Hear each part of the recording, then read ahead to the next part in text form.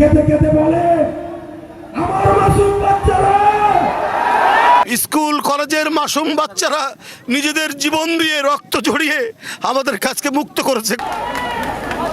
আমরা কি জানি না গত 16 বছর আপনাদের ব্যাংক কেমনে ছিল, আপনাদের ব্যবসা কেমনে ছিল, আমরা সব জানি। কারে ভয় দেখান, আমাদের হারানোর কিছুই নাই। আমাদের ব্যাংক নাই, আমাদের লুটপাটের ব্যাংক নাই যেটা আমরা হারাবো। আমাদের শুধু আছে ভালোবাসা মানুষের। আমরা সেটার জন্য রাস্তায় এসে আবার আমরা জীবন দিব। ডিসিএসপিদের বলছি, আপনারা যে ভালো ব্যবহার করছেন আমরা জানি, আপনারা চিপায় পরে আমাদের সাথে ভালো ব্যবহার করছেন।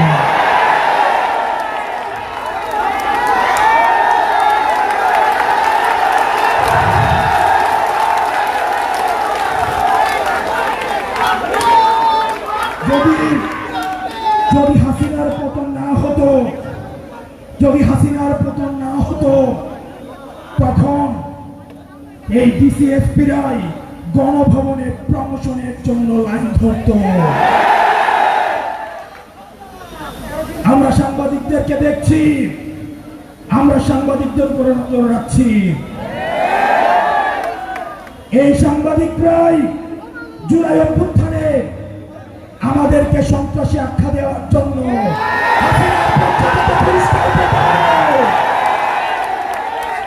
প্রিয় রাজশাহীবাসী, বাংলার আকাশে দুর্যোগের ঘনঘটা দেখা দিচ্ছে। আপনাদেরকে সতর্ক থাকতে হবে। আমরা বেঁচে থাকতে আর বাসা থেকে কাউকে উঠিয়ে নিয়ে গুম হতে দেওয়া যাবে না। 17 বছর ধরে আমরা সেই কারাগার ভেঙে, বিশেষ করে স্কুল কলেজের মাসুম বাচ্চারা নিজেদের জীবন দিয়ে রক্ত ঝরিয়ে আমাদের কাছকে মুক্ত করেছে, গোটা জাতিকে মুক্ত করেছে। আমি আজকে সেই সমস্ত মাসুম বাচ্চা, স্কুল কলেজের সে সমস্ত ছাত্রছাত্রীদের যাদের শহীদি আত্মত্যাগের মধ্যে দিয়ে আজকে গোটা জাতি মুক্তি লাভ করেছে এক ভয়ঙ্কর ফ্যাসিবাদ থেকে, সেই সব শহীদদের প্রতি আমার গভীর শ্রদ্ধা জানাচ্ছি। আমি শ্রদ্ধা জানাচ্ছি যারা পঙ্গুত্ব বরণ করেছে, যাদের চোখ চলে গেছে, যাদের পা চলে গেছে, আমি তাদের প্রতিও শ্রদ্ধা জ্ঞাপন করছি। আর পাশাপাশি আমি এটুকু বলতে চাই, সারা বাংলাদেশের আজকে গণতন্ত্রের যে বিজয় হয়েছে, এইটা আমাদেরকে, এই উল্লাসকে আমাদেরকে সংহত করতে হবে। এটা এইখানে সবাইকে ধৈর্য ধারণ করতে হবে। কোনো ধরনের নৈরাজ্য করা চলবে না, কারণ বিভিন্ন ধরনের ষড়যন্ত্রকারীরা তারা বিভিন্নভাবে তৎপর রয়েছে।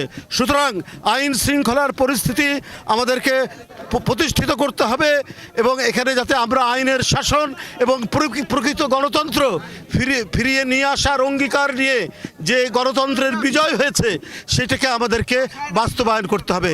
তাই আমি সবাইকে বলবো, তারা শান্তিপূর্ণভাবে তাদের যে আনন্দ উল্লাস সেইটা তারা মনের মধ্যে ধারণ করবে, কিন্তু কোনো জায়গায় যেন বিশৃঙ্খলা না হয়, কোনো জায়গায় যেন কোনো ধরনের সাধারণ মানুষ কষ্ট না পায়, সেইটা সবাইকে আজকে দেখতে হবে।